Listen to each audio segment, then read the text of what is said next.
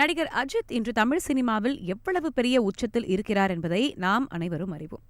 தமிழ் சினிமாவில் அதிக சம்பளம் வாங்கும் டாப் 3 ஹீரோக்களில் அவரும் ஒருவர். இவர் நடிப்பில் கடைசியாக வெளிவந்த குட் பேட் அக்லி படம் மாபெரும் அளவில் வெற்றியடைந்தது. அஜித்தின் கெரியர் பெஸ்ட் படமாகவும் ஜிபியு மாறியுள்ளது.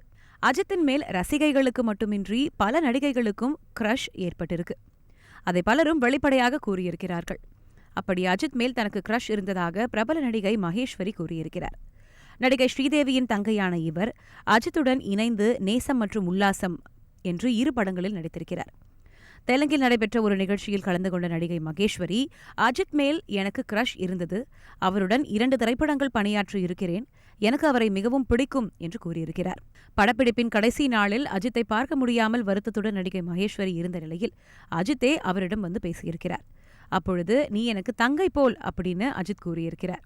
இந்த தகவலை நடிகை மகேஸ்வரி அந்த பேட்டியில் பகிர்ந்திருக்கிறார் என்பது குறிப்பிடத்தக்கது.